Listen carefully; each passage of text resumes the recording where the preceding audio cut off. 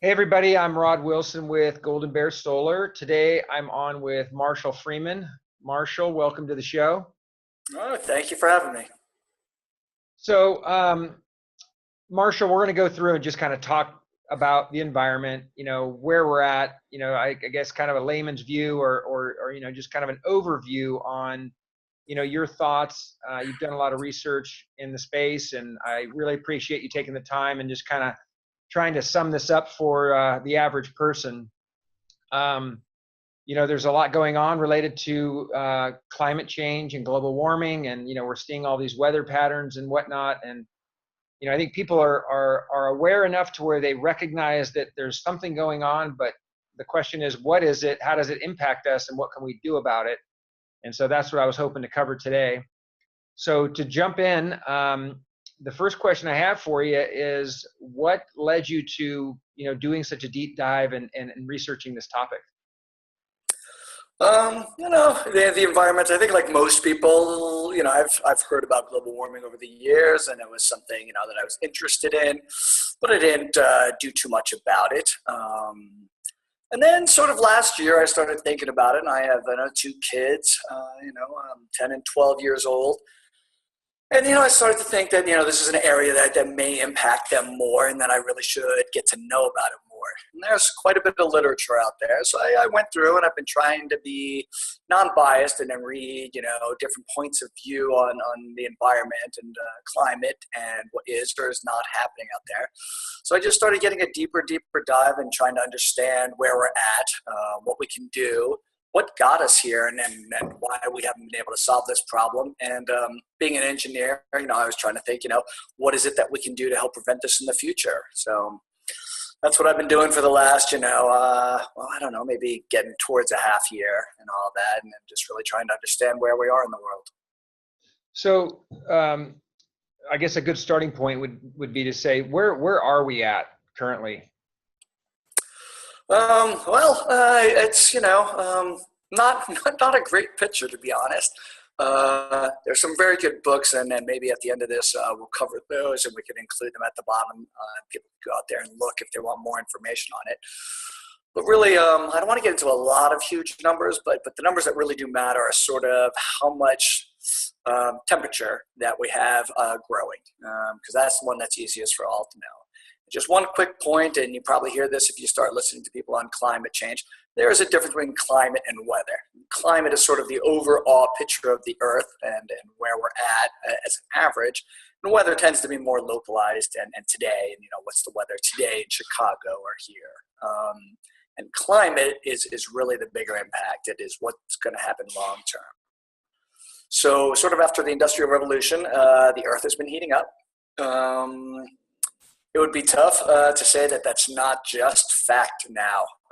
So last year, they just came out with this report a couple days ago. Now it was the fourth hottest year in recorded history.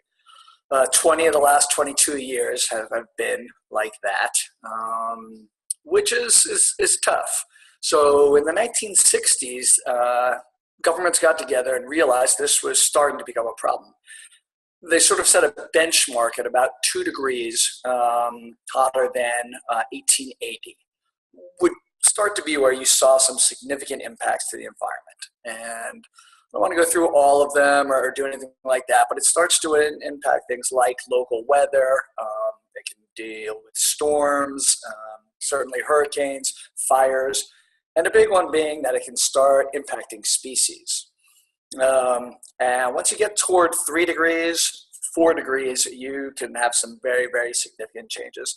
And once you get up to about 6 degrees above, where we were in 1880, you'll get to a point where somewhere around 90%, if not more, of the species on the planet will not be able to survive.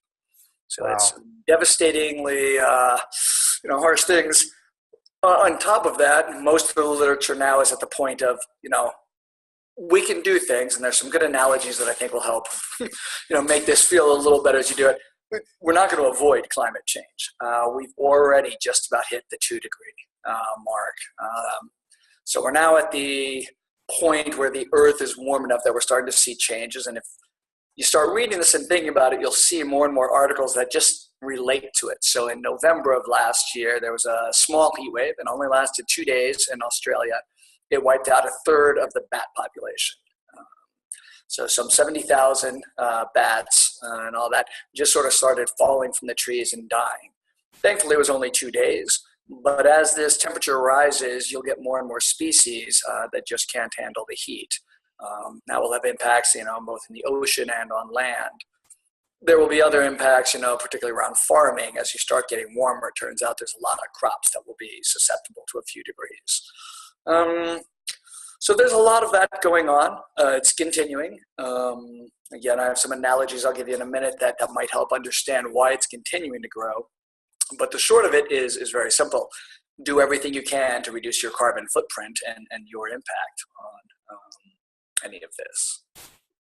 Yeah, I think that's kind of the overriding theme and the message, and what we're obviously doing at Golden Bear Solar. And I've heard of similar things. It's pretty. I did not hear about the bats, though. That's pretty incredible that it would seemingly be a very slight change could make that big of an impact that quickly. But and then there's all these things related to food supply, and just the dominoes tend to just to fall pretty quickly. So maybe spend a minute and give us an idea, like, how did we get there? You said industrial revolution. I mean, it seems like we're obviously advancing in a lot of areas. In fact, especially being in Silicon Valley, I mean, things advance at a crazy pace. Are we just being kind of stupid with what we're doing, environmentally at this point? I mean, is it just? That's an easy way to put it. The answer would be yes. So we knew about this in the 1960s, like I said, even before that. That's when papers started emerging on the topic. There were some accords that were held, and they've been held ever since, the Paris Accord being probably one of the biggest. People were pretty optimistic at the end of that. Sadly, probably the country that failed the most out of that was the United States.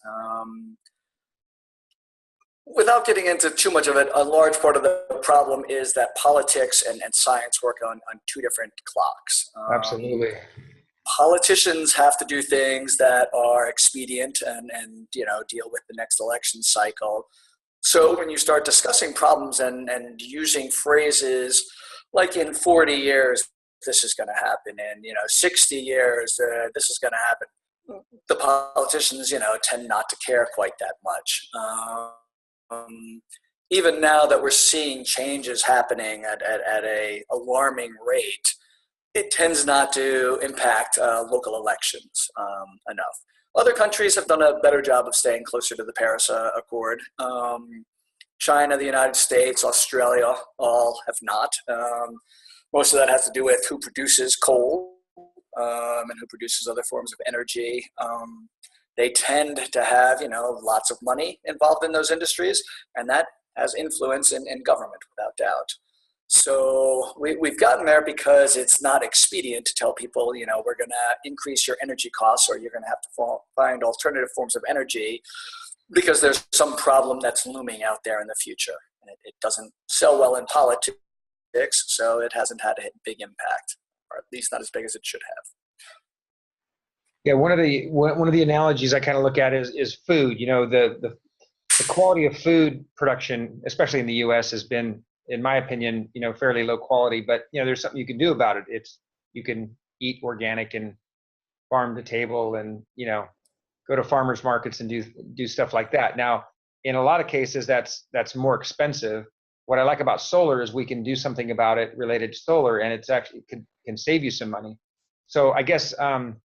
With the backdrop being now, what can we do? I mean, what are kind of the low-hanging fruit for things that people can do, not only to improve their own, I guess, finances and their own environment, but, what do you think makes the biggest impact? Yeah, I'll cover that.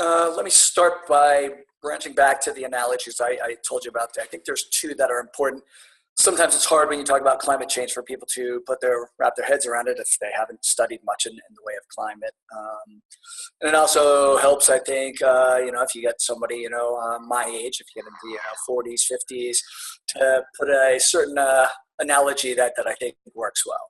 So the first one is not about that, but one of the problems that we have is that as this was being explained to politicians and people over the last, many decades now, people kept talking about how much fluorocarbons were emitted. And so everyone thinks of this as a flow problem, as in, how much are we doing? And if we just stop it, sometime in the future, we'll be fine. And that's not the way it works. Think of it more as we have a bathtub. It's been filling up. The Industrial Revolution is when we turned on the spigot. Every year we've been cranking it higher and higher. After the Paris Accords, some countries actually started reversing that. Germany being particularly good, a bunch of other countries started setting the carbon footprint they had. So they started turning the spigot the other way. We've continued to increase the other way. We're now at the point where it's not that the water might overflow, the water's already overflowing. We've already hit that 2 degree or just about there. The water's continuing to flow and it's coming out.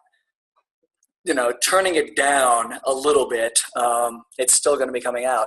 So as governments aren't taking an approach here, it is going to be up to people to start figuring out how they can have less of a carbon footprint. And that can happen a number of ways. I think we all know a lot of them. It can come down to using your car less. It can come down to finding alternative forms of energy, such as solar, wind. So anything you can do that reduces your need for carbon personally is going to help reduce the impact.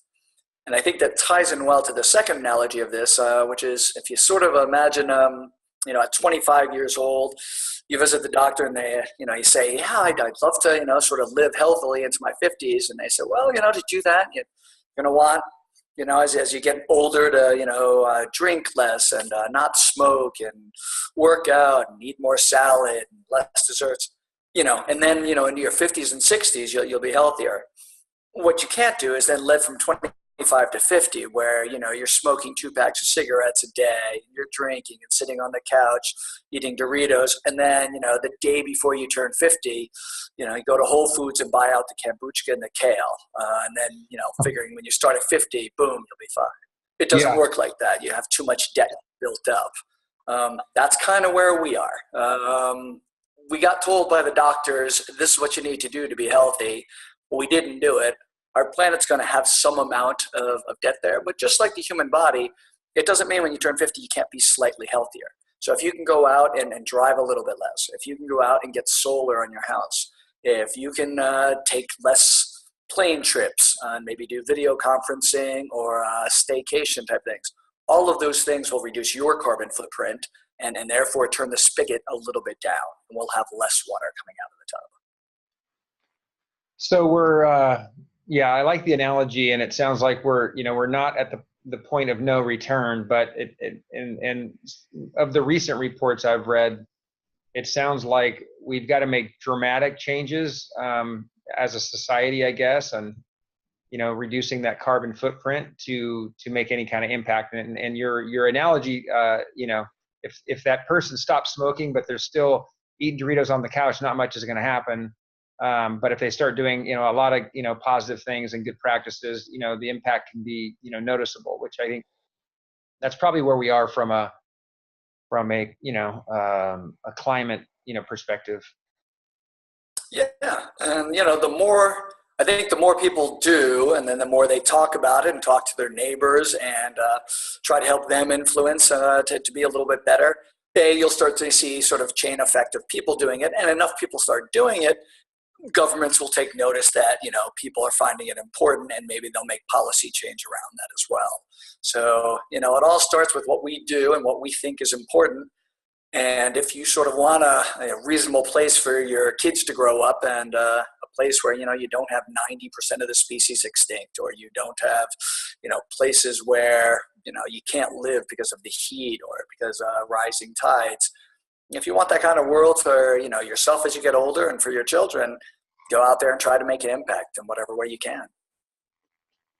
No, that's great advice. Now No, I think that kind of covers it, Marshall. That's exactly what I wanted to hear. We not that I wanted to hear it, I guess, but this is what I was thinking and concerned about. And I appreciate you doing all of that research and looking into this deeply, because we're obviously Golden Bear Solar, being in the solar business. I mean, we're all about trying to make a major impact on the planet, and the adoption rates of solar have been so low. And to me, I'm always surprised to see those numbers. And depending on who you listen to, I mean, it's in the like single digit, 2 or 3 or 4%, at least in California. And it's one of those things where, I mean, hats off to California for being the first state in the country to basically mandate that all new construction in the next year or two is going to have to be include a solar system, which good for them. But at the same time, it just seems like the adoption rate has been so slow on a technology that, I mean, for at least a decade hasn't really had to, it's a proven technology. It's not like it's some new thing that you have to figure out if it works or whatever. And the financials are pretty straightforward. So anyway. Well, hopefully you guys will be able to convince people of that, because everything you guys can do to help people reduce their carbon footprint will make a lasting impression on this generation and the next. We will definitely do our best, and it's all about stuff like this, where it's really just getting the word out. It's really it's not a sales issue or challenge on our side. It's just literally education and getting the word out. And again, really appreciate. I know you put a ton of time and energy into this, just for your own knowledge, and this, just kind of summing it up in bite-sized format is really what most people want. Just kind of know, roughly where we're at and what they can do about it. And I think most people will elect to do the right thing. Let's hope so. All right, Marshall. Thanks for your time, and we will talk to you soon.